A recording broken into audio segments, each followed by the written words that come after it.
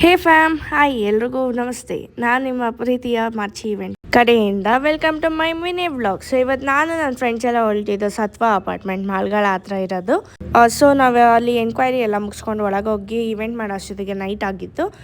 ಆಮೇಲೆ ನೋಡಿದ್ರೆ ನಮ್ಮ ತರಲೆ ಫ್ರೆಂಡ್ಸ್ ಏನು ಮಾಡಿದ್ದಾರೆ, ಬೇರೆ ಕಡೆ ಈವೆಂಟ್ ಹಾಕಿದ್ವಿ ಅಲ್ಲ, ಸೊ ಲೋಗೋನೇ ಮರ್ತ್ಬಿಟ್ಟು ಬಂದ್ಬಿಟ್ಟಿದ್ದಾರೆ.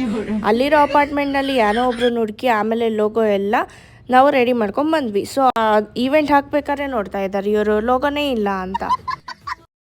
ಹೆಂಗೋ ಲೋಗೋ ಎಲ್ಲ ಕ್ರಿಯೇಟ್ ಮಾಡಿಬಿಟ್ಟು ನಾವು ಸಾಧನೆ ಮಾಡಿಬಿಟ್ಟು ಈವೆಂಟ್ ಹೆಂಗಿದ್ರು ರೆಡಿ ಮಾಡಿಬಿಟ್ವಿ. ಸೊ ಇವಾಗ ನೀವು ಕಮೆಂಟ್ ಮಾಡಿ ಈವೆಂಟ್ ಹೇಗೆ ಬಂದಿದೆ ಅಂತ.